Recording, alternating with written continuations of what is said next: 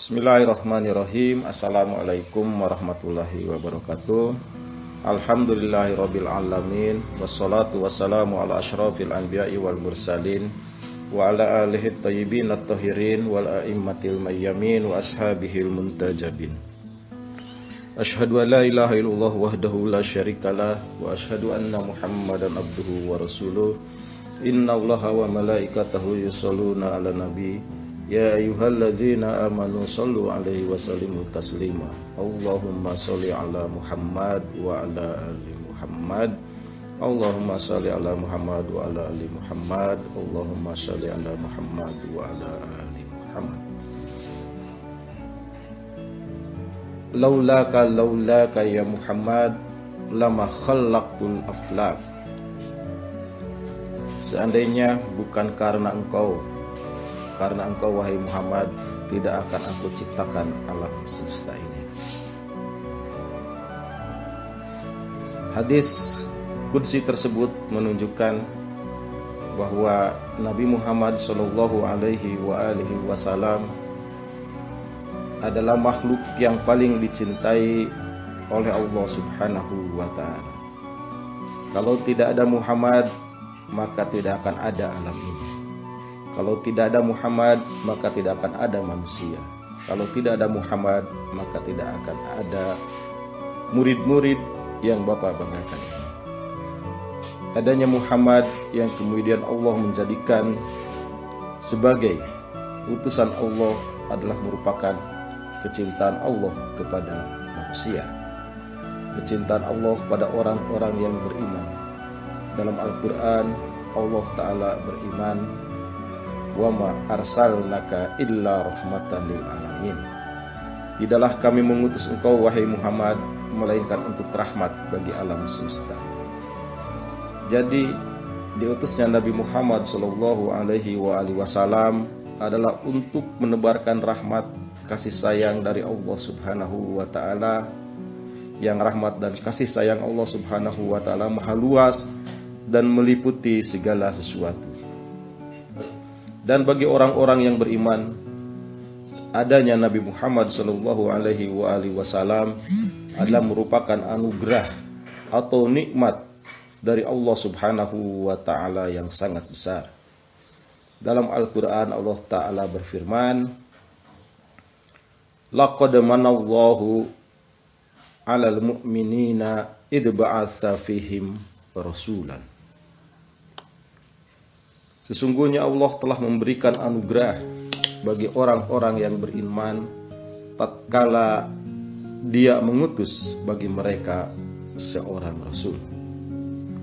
Jadi diutusnya Nabi Muhammad merupakan nikmat yang paling besar dari nikmat-nikmat lainnya, seperti nikmat panca indera, nikmat sehat, nikmat mempunyai harta dan lain-lain.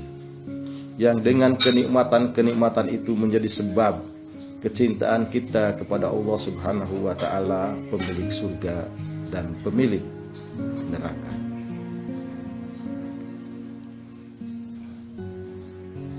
Dengan adanya Nabi Muhammad sallallahu alaihi wasallam, maka itu menjadi penyebab kecintaan kita kepada Allah Subhanahu wa taala sebagai syarat untuk mendapatkan anugerah yang sangat besar dari Allah Subhanahu wa taala, yaitu berjumpa dengan rahmat Allah Subhanahu wa taala kelak nanti. Di dalam hadis Rasulullah sallallahu alaihi wasallam, beliau bersabda, ahibbullaha lima yaghzukum min ni'amihi wa ahibbuni bihubbillah wa ahibbu ahla baiti bihubbi. Cintailah Allah karena nikmat-nikmatnya. Cintailah aku karena kecintaan kalian kepada Allah, dan cintailah keluargaku karena kecintaan kalian kepadaku. Di dalam hadis tersebut Allah Subhanahu wa taala memerintahkan kepada kita semuanya atau mengingatkan kepada kita semuanya agar kita mencintai Allah Subhanahu wa taala karena nikmat-nikmat yang telah Allah anugerahkan kepada kita semuanya.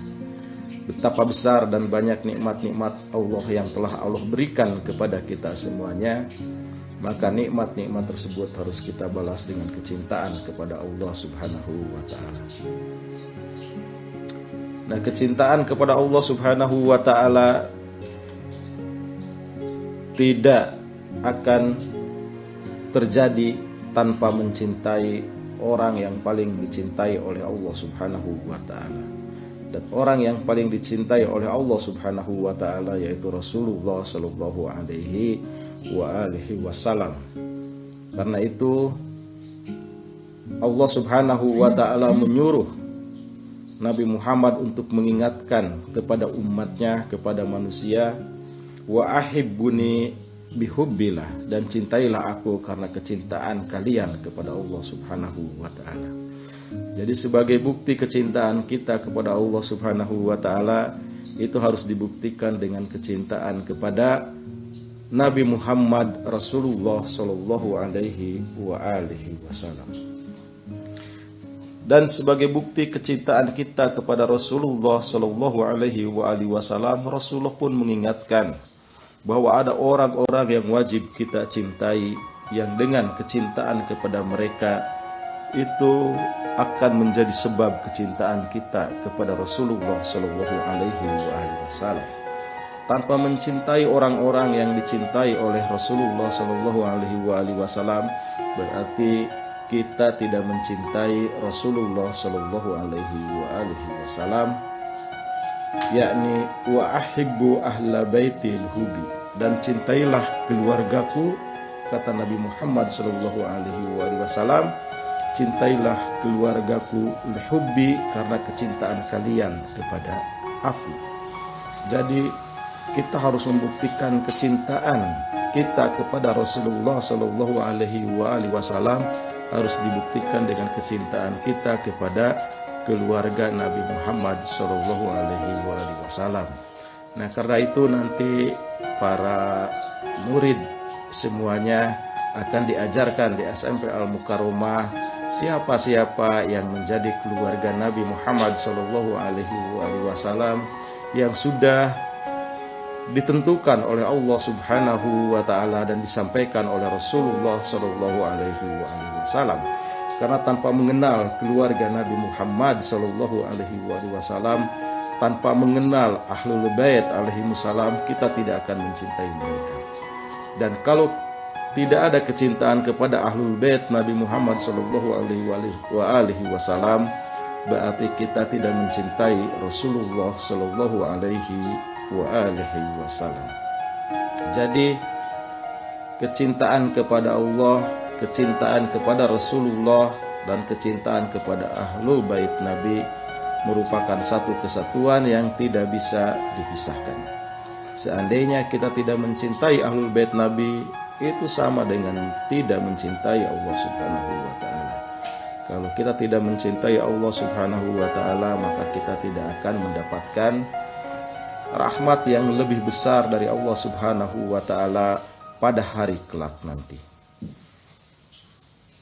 Nah, murid-murid sekalian yang kubanggakan, bagaimana kita bisa merasakan kecintaan kita kepada Rasulullah sallallahu alaihi wasallam.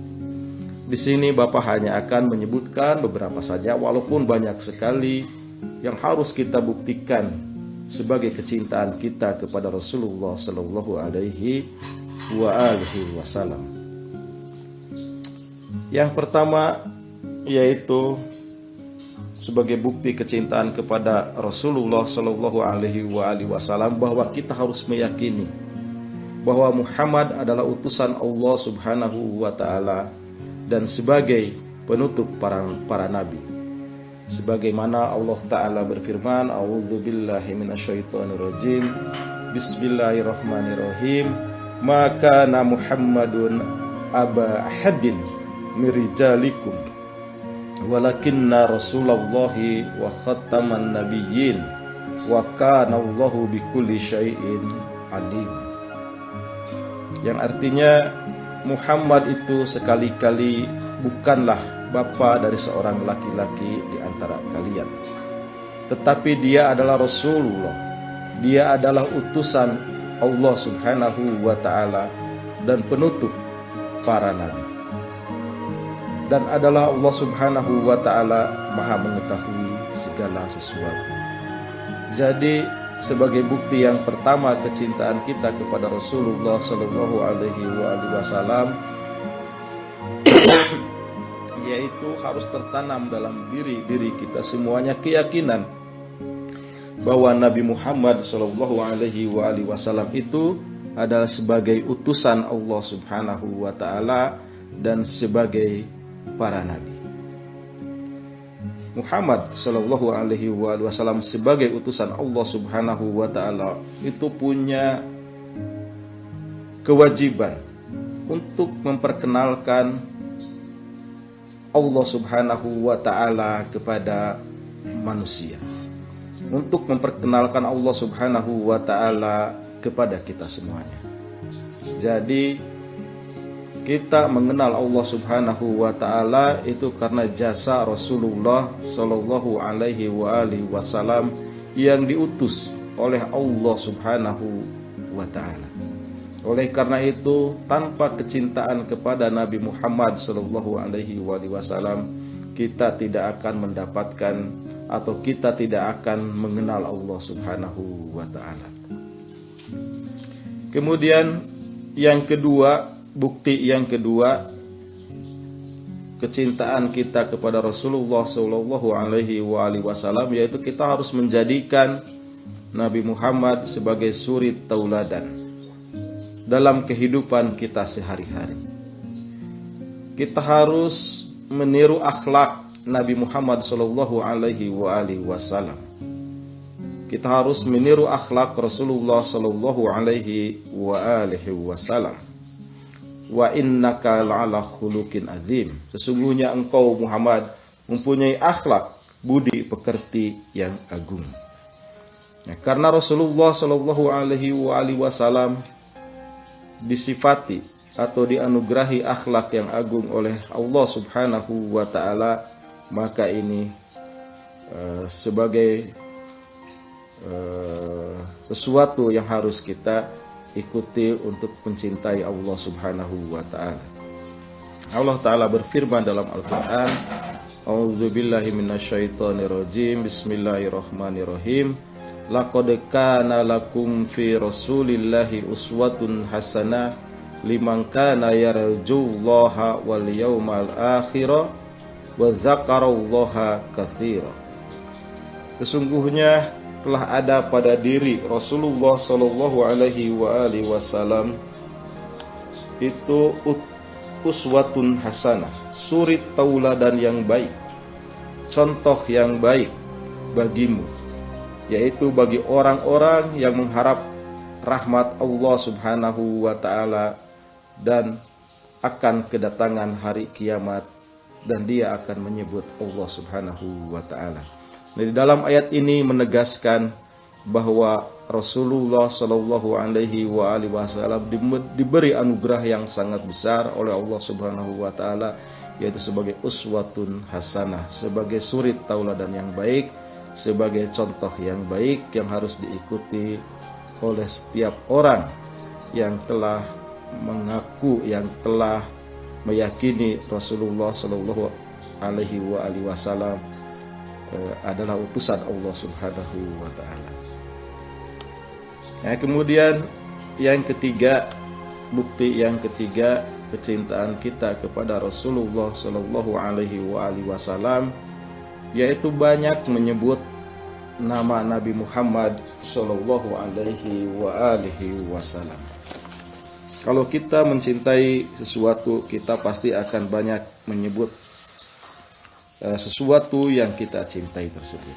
Kita akan banyak mengingat sesuatu yang kita cintai tersebut.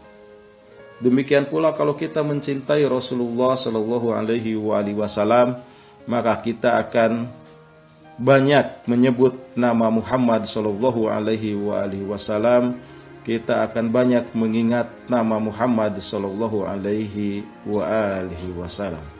Bahkan yang menyebut nama Muhammad sallallahu alaihi wasallam tidak hanya umat Rasulullah sallallahu alaihi wasallam, tidak hanya manusia, tapi Allah dan malaikatnya senantiasa mereka pun menyebut nama Muhammad sallallahu alaihi wasallam, sebagaimana dalam surah Al-Ahzab ayat 56 Allah Ta'ala berfirman, Innallaha wa malaikatahu yusholluna ala nabi ya ayyuhalladzina amanu shollu alaihi wa sallimu taslima.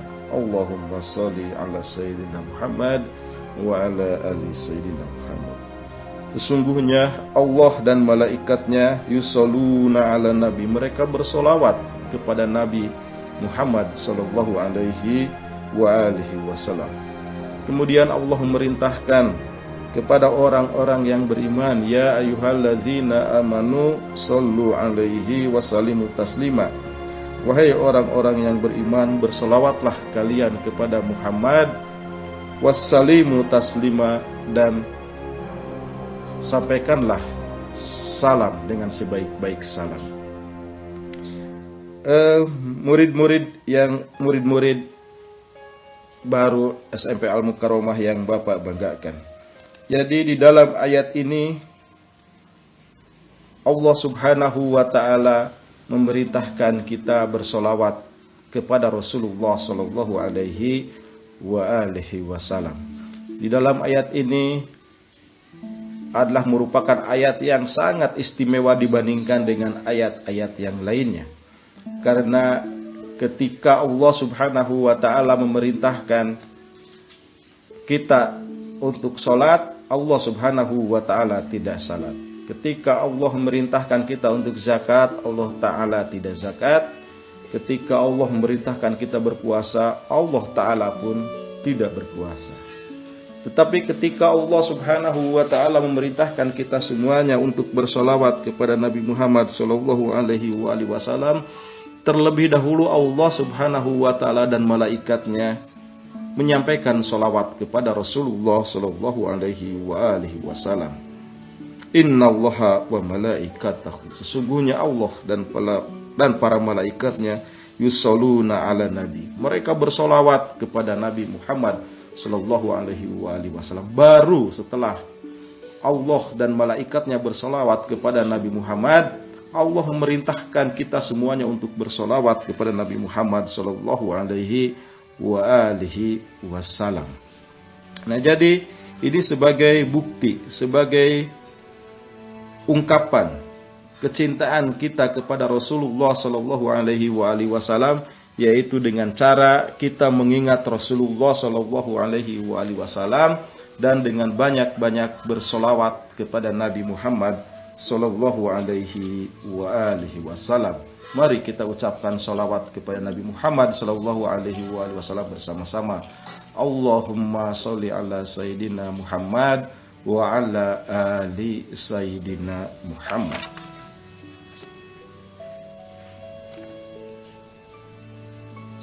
Apa makna salawat Allah Subhanahu wa taala, makna salawat malaikat, dan makna salawat umat Muhammad kepada Nabi Muhammad sallallahu alaihi wasallam?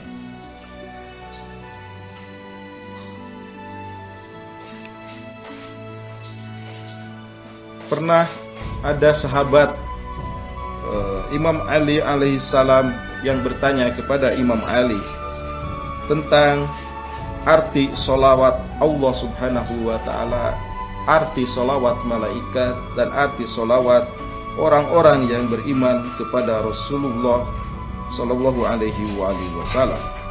Beliau atau sahabat Imam Ali ini bertanya kepada Imam Ali, ma'mana solawatullahi wa solawatu malaikatihi wa solawatul mu'min. Apa arti solawat Allah? Apa arti solawat malaikat? Dan apa arti solawat orang-orang yang beriman? Kemudian Imam Ali alaihi salam menjawab, salatullah rahmatun minallahi. Salawat Allah kepada Nabi Muhammad sallallahu alaihi wasallam adalah rahmat dari Allah Subhanahu wa ta'ala. Nah, di dalam ayat yang tadi itu Allah Subhanahu wa ta'ala menggunakan kalimat yusoluna. Yusoluna kalau dalam ilmu sorof disebut dengan fi'il mudhari. Dan salah satu fungsi dari fi'il mudhari yaitu untuk lil istimrar, untuk terus menerus. Jadi Allah Subhanahu wa ta'ala secara terus menerus menyampaikan sholawat kepada Rasulullah sallallahu alaihi wasallam, yaitu memberikan rahmat kepada Rasulullah sallallahu alaihi wasallam, yang kemudian dengan rahmat yang Allah berikan setiap detik kepada Rasulullah sallallahu alaihi wasallam, Rasulullah menyampaikannya lagi kepada umat manusia. Rasulullah menyampaikannya lagi kepada orang-orang yang beriman yang mengikuti Rasulullah sallallahu alaihi wasallam. Kemudian Imam Ali menjelaskan lagi mengenai sholawat orang-orang yang beriman. Wassolatul malaikati tazkiyatun minhum lahu. Nah, kemudian Imam Ali berkata bahwa sholawat malaikat adalah tazkiyatun minhum, yaitu pensucian minhum dari mereka, dari orang yang dari para malaikat, lahu bagi Muhammad sallallahu alaihi wasallam. Jadi para malaikat selalu menjaga Rasulullah sallallahu alaihi wasallam agar Rasulullah tetap terjaga kesuciannya, agar Rasulullah terhindar dari perbuatan-perbuatan yang tidak baik, dari perbuatan-perbuatan dosa, baik dosa kecil maupun dosa besar. Nah, oleh karena itu wajib bagi seorang Rasul seperti Nabi Muhammad sallallahu alaihi wasallam mempunyai sifat ismah, yaitu terjaga dari kesalahan-kesalahan, terjaga dari perbuatan-perbuatan buruk, terjaga dari perbuatan-perbuatan dosa.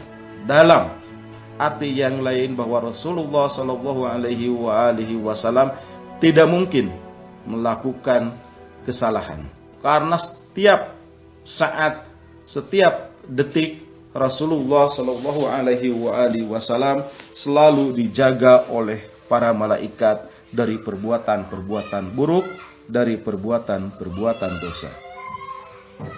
Kemudian yang ketiga, Imam Ali menjelaskan mengenai sholawat orang yang beriman kepada Rasulullah sallallahu alaihi wasallam. Wassolatul mu'minin du'aun minhum. Dan sholawat orang-orang yang beriman adalah merupakan doa, dari orang-orang yang beriman lahu bagi Rasulullah sallallahu alaihi wasallam. Jadi kalau kita bersolawat kepada Nabi Muhammad sallallahu alaihi wasallam, itu adalah merupakan doa dari kita kepada Rasulullah sallallahu alaihi wasallam. Semakin banyak kita bersolawat kepada Nabi Muhammad, maka akan semakin tinggi derajatnya Rasulullah sallallahu alaihi wasallam, yang derajat itu akan kembali lagi kepada orang yang melakukan solawat kepada Rasulullah sallallahu alaihi wasallam. Barang siapa yang bersolawat kepada Nabi Muhammad 1 kali, maka malaikat akan bersolawat 10 kali. Barang siapa yang bersolawat kepada Muhammad 10 kali, tentu malaikat akan bersolawat kepada orang yang bersolawat kepada Nabi itu sebanyak 100 kali. Jadi solawat kita kepada Nabi itu manfaatnya akan kembali lagi kepada kita semuanya. Dan insya Allah di lain waktu saya akan menyampaikan manfaat-manfaat solawat kepada Rasulullah sallallahu alaihi wasallam, baik di dunia maupun di akhirat kelak nanti, atau perjalanan kita menuju akhirat. Itu sangat bermanfaat sekali selawat kita kepada Rasulullah sallallahu alaihi wasallam. Sebetulnya masih banyak bukti-bukti kecintaan kita kepada Rasulullah Shallallahu Alaihi Wasallam, tapi cukup 3 saja yang kita gali pada hari ini, pada MPLS ini. Semoga dengan ketiga hal tersebut kita semuanya bisa menumbuhkan lebih lagi kecintaan kita kepada Rasul.